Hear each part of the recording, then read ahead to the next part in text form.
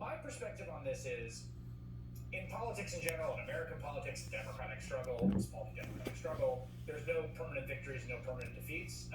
And I think it's important for people to understand that in this context because the work's got to continue. Like, I mean, this idea that people have to be engaged at the ground level, you know, in a state of kind of quasi-permanent emergency is a hard thing to hear, but I think the truth. No, it's absolutely true. I mean, if you kind of, I feel like the Black community understands this in a very visceral way, right? Because the idea that we have this democracy that has always been so free and fair, and it's been snatched away just in the past number of years, is obviously not our truth, right? It's not the historical truth, and it's not the truth that we viscerally have lived and our parents and grandparents have lived. And so that sort of constant vigilance is so necessary. And if you zoom back, I think it's really important, and I wrote about this today in a Medium post. I think it's so important to remember that the core logic of January 6th and of the big lie is a racial one, right? It is the lie of the racial zero sum.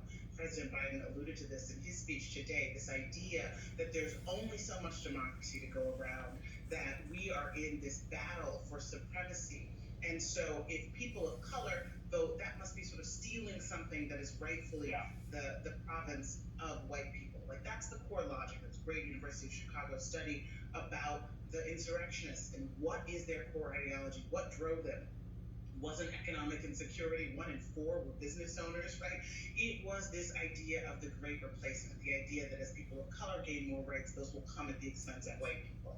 Now, obviously, that idea is being sold, right? Packaged and marketed. The same people who funded the Stop the Steal movement and who are funding ongoing attacks on our democracy are the ones who win financially when Republicans stay in power despite losing the majority of votes, because that is the economic payoff for the moneyed elite that has been funding this racism as a way to drive their greed. And ultimately, we are at a real inflection point.